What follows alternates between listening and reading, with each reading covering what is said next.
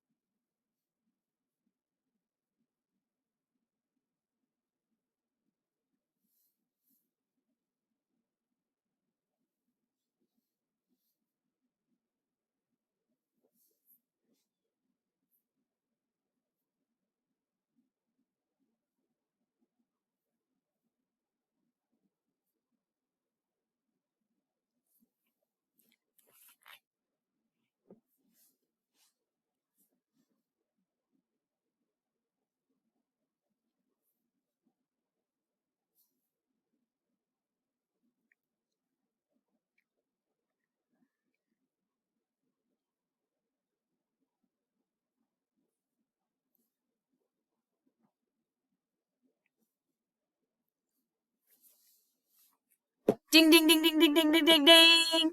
I'm going to stop you guys from talking and let us move on. I'm assuming that you probably got several of the things that I am about to go over with you now. Oh, you didn't get to see my little meme thing here because my big old head's in the way. Let me move it. Okay, right. So a couple of different things here. The first one is this idea of protection or evolution, right? Humans physiologically are not like the beast of all animals, right? Cognitively, right? Our cognitive abilities, it what kind of puts us at the top of the food chain. But it is not our physiological abilities or strength by any means. So it is the idea that part of the reason we sleep, particularly the reason that we sleep when it is dark outside, is to keep us safe, because the weakling little human, right? We're not a predator. We're not out taking things out, right? We don't have the ability to really protect ourselves independently in the dark or the nighttime. So with that, right, we sleep at night to keep us tucked away somewhere, hopefully out of harm's way, right? There's also this idea that it's for restoration purposes, like housekeeping. While we are sleeping, we've got neural pathways are cleaned up. We reestablish some chemicals within our brain and balance our system.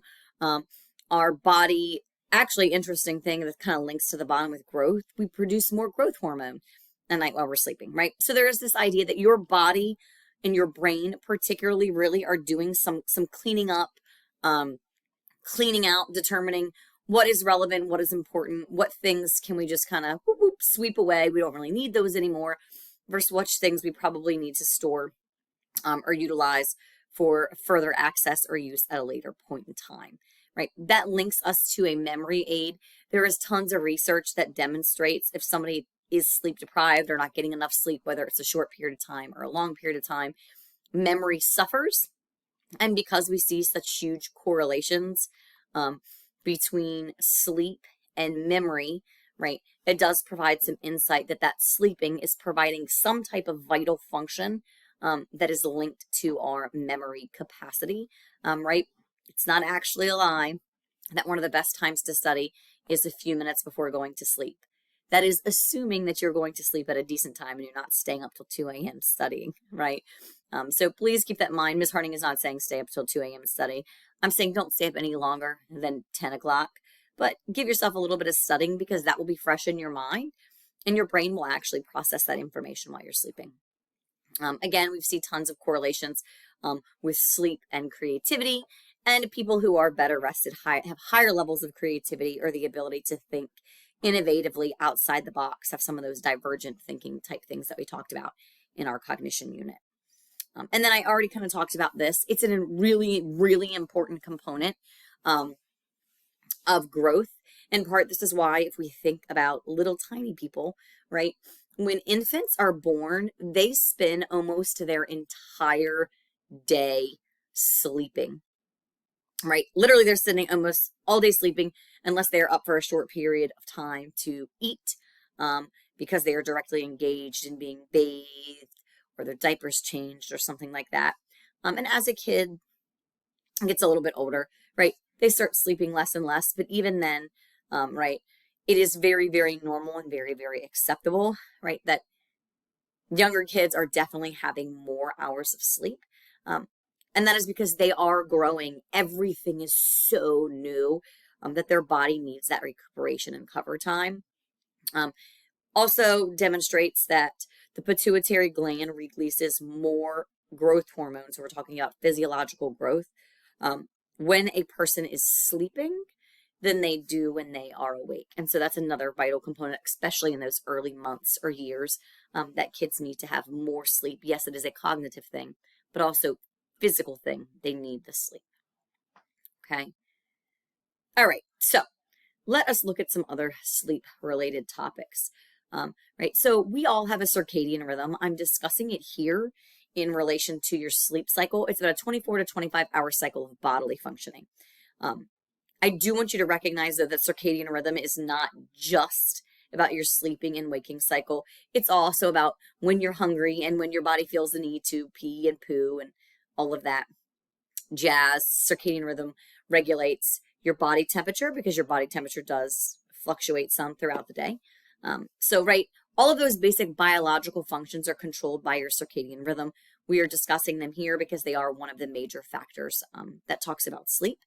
I previously have discussed in class with you the fact that, right, I really think that high schools need to start later than they do, and middle schools need to start a little bit later, and it's the elementary kids that need to start early, because they do demonstrate that during adolescence, the research shows that during adolescence, circadian rhythms shift. And it does actually cause adolescents to want to be up later in the evening, but also then to sleep later in the morning. So I don't know that will ever change, but it is actually a research-based fact. It's also really important to look at the impact of light, and we've discussed this a little bit in class as well, talking about when it might be rainy outside or cloudy and it impacts the light. So when we talk about light, it's really important. So when light hits the retina in the back of your eye, and we'll speak more about the retina when we get to our next unit, but it hits the retina in the back of your eye. When it does that, it produces a certain type of a protein. That protein then is sending a message to your hypothalamus. If you remember from our endocrine system discussion, right? Your hypothalamus is then the boss of the of the pineal gland, the pituitary gland, and then the pineal gland, right? Your pineal gland is what produces melatonin, right? So light hits the back of the retina. That message goes to your hypothalamus, which goes to your pituitary gland, which goes to your pineal gland, which produces melatonin. Higher levels of light say to your body, let's make less melatonin. Okay? When it's dark, it says to your body, let's produce more melatonin, right? And so that's an important thing that also helps regulate our sleep cycle is light and darkness. An important thing that you need to note is that artificial light can really throw off your body's production of melatonin, right? So I am just as guilty as the next person that I sit around and I play on my phone the night before bed. Even if it's in nighttime mode, my friends, the artificial light actually stops or slows your body's natural need to produce melatonin, and it's not in your best interest.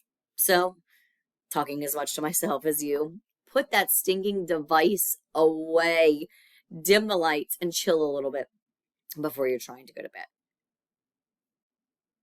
Now let's talk about your sleep cycles, okay?